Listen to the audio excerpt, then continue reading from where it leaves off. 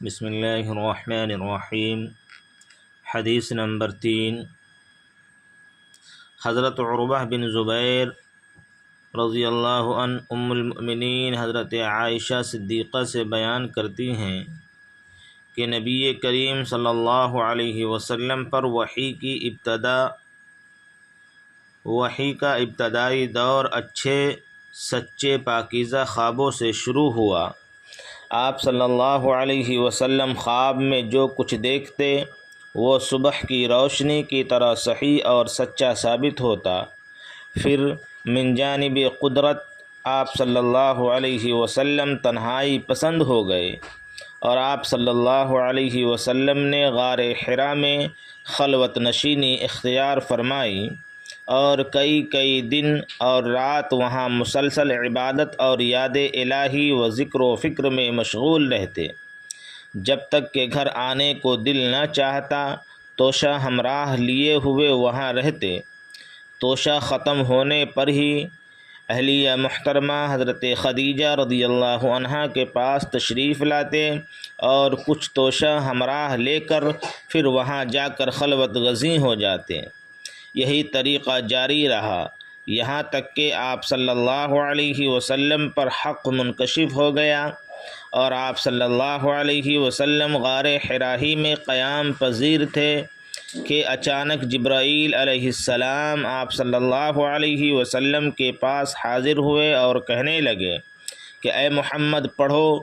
آپ صلی اللہ علیہ وسلم فرماتے ہیں کہ میں نے کہا کہ میں پڑھنا نہیں جانتا۔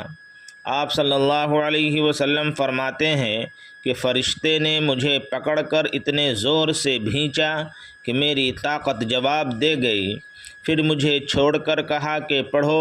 میں نے پھر وہی جواب دیا کہ میں پڑھا ہوا نہیں ہوں۔ اس فرشتے نے مجھ کو نہایت ہی زور سے بھینچا کہ مجھ کو تکلیف محسوس ہوئی، پھر اس نے کہا کہ پڑھ۔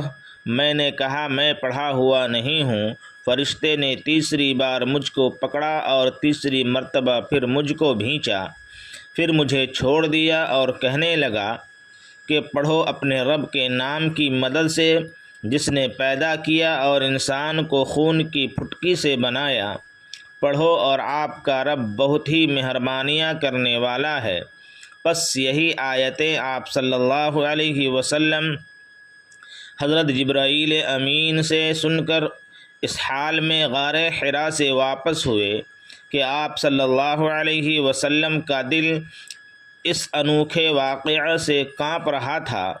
آپ صلی اللہ علیہ وسلم خدیجہ کے یہاں تشریف لائے اور فرمایا مجھے کمبل اڑھا دو، مجھے کمبل اڑھا دو۔ لوگوں نے آپ صلی اللہ علیہ وسلم کو کمبل اڑھا دیا۔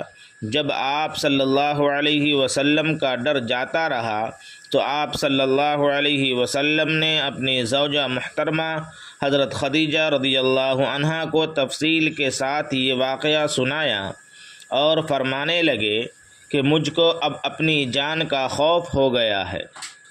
آپ صلی اللہ علیہ وسلم کی اہلیہ محترمہ حضرت خدیجہ رضی اللہ عنہا نے آپ صلی اللہ علیہ وسلم کی ڈھارس بندھائی اور کہا کہ آپ کا خیال صحیح نہیں ہے۔ اللہ کی قسم آپ کو اللہ کبھی رسوا نہیں کرے گا۔ آپ تو اخلاق فاضلہ کے مالک ہیں، آپ تو کنبہ پرور ہیں، بے کسوں کا بوجھ اپنے سر پر رکھ لیتے ہیں، مفلسوں کے لیے آپ کماتے ہیں، مہمان نوازی میں آپ بے مثال ہیں اور مشکل وقت میں آپ امر حق کا ساتھ دیتے ہیں۔ ایسے اوصاف حسنہ والا انسان یوں بے وقت ذلت و خواری کی موت نہیں پا سکتا۔ پھر مزید تسلی کے لیے حضرت خدیجہ رضی اللہ عنہا آپ صلی اللہ علیہ وسلم کو ورقہ بن نوفل کے پاس لے گئیں جو ان کے چچا زاد بھائی تھے اور زمانہ جاہلیت میں نصرانی مذہب اختیار کر چکے تھے اور عبرانی زبان کے کاتب تھے۔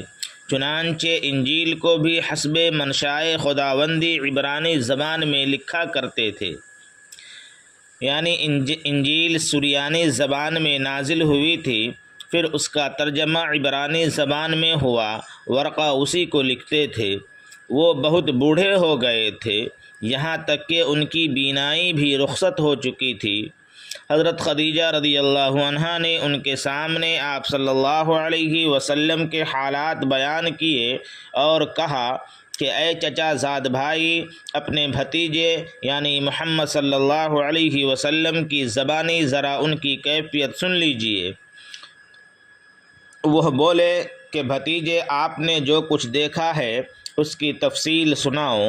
چنانچہ آپ صلی اللہ علیہ وسلم نے از اول تا آخر پورا واقعہ سنایا، جسے سن کر ورقہ بے اختیار ہو کر بول اٹھے کہ یہ تو وہی ناموس یعنی معزز رازداں فرشتہ ہے جسے اللہ نے موسیٰ علیہ السلام پر وحی دے کر بھیجا تھا۔ کاش میں آپ کے اس عہد نبوت کے شروع ہونے پر جوان عمر ہوتا، کاش میں اس وقت تک زندہ رہتا جب کہ آپ کی قوم آپ کو اس شہر سے نکال دے گی۔